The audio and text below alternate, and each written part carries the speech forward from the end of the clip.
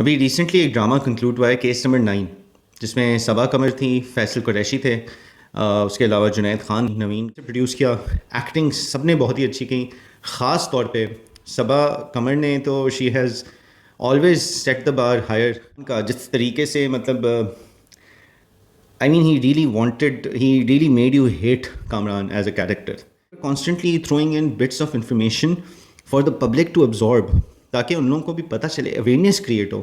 And I think اس طرح کے ڈرامے بننا پٹ کہ شاہزیب خان زادہ نے ایک چیز جو بہت اچھی کی ہے اس ڈرامے میں، انہوں نے کسی بھی پیشے کو کمپلیٹلی بلیک یا کمپلیٹلی وائٹ نہیں دکھایا۔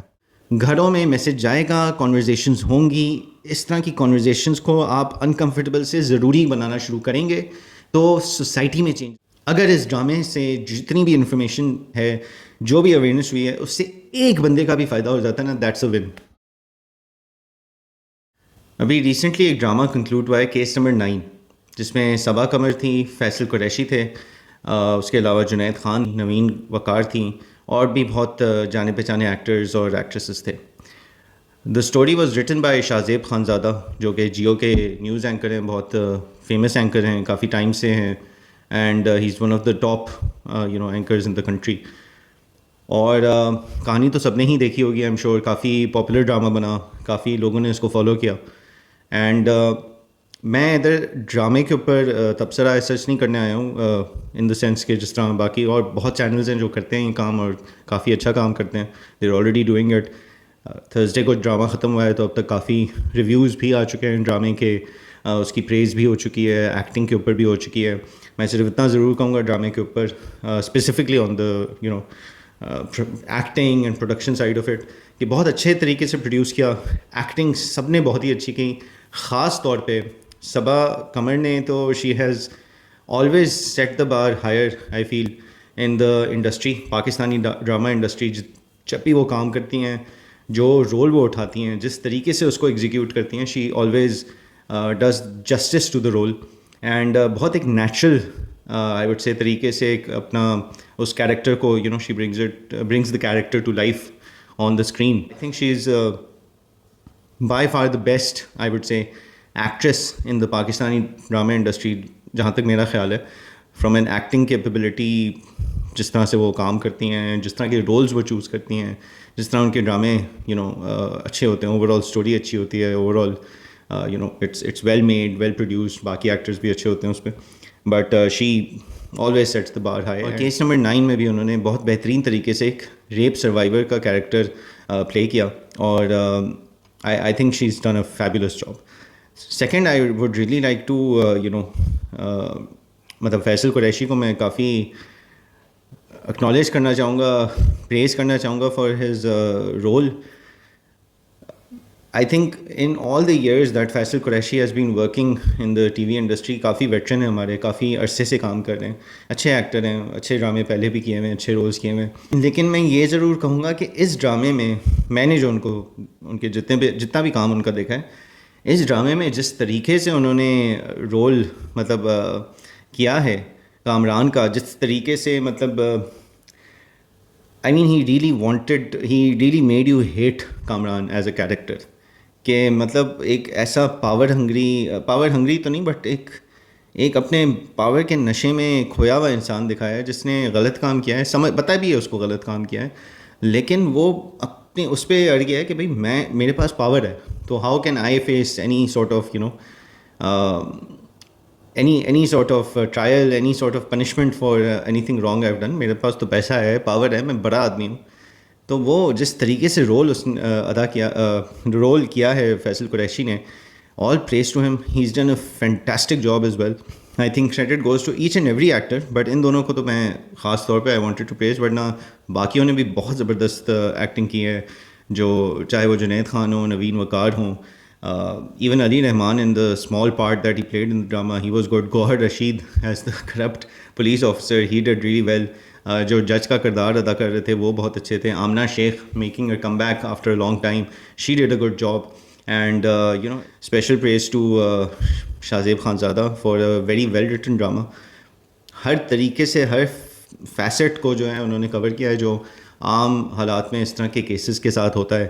آئی think he is written it really well.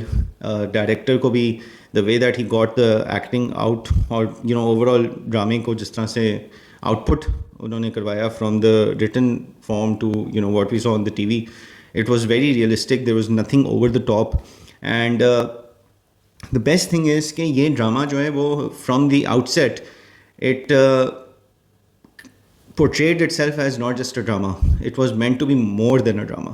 And I'm glad کہ اس طرح کا ڈرامہ بنا ہے, کیونکہ خاص طور پہ اس طرح کے جب سبجیکٹس آتے ہیں like rape and domestic abuse or anything like that, بہت اکثر ڈراموں میں ہمارے یہ ہوتا ہے کہ وہ دکھا تو دیتے ہیں اور اس کے اوپر پھر پولیس انویسٹیگیشن وغیرہ بھی ہوتی ہے, لیکن بیچ میں اتنا اور کچھ گھسا دیتے ہیں اس میں کہ where the objective of the drama جو اگر شروع میں وہ تھا وہ کہیں اٹ گیٹس لاسٹ, کیونکہ بیچ میں ساس بہو کا ایشو بھی آ جاتا ہے, دین ریلیشن شپ ٹرمبلنگ کا زیادہ ایشو آ جاتا ہے, تو فوکس جو ہے وہ اس ایشو سے ہٹ جاتا ہے.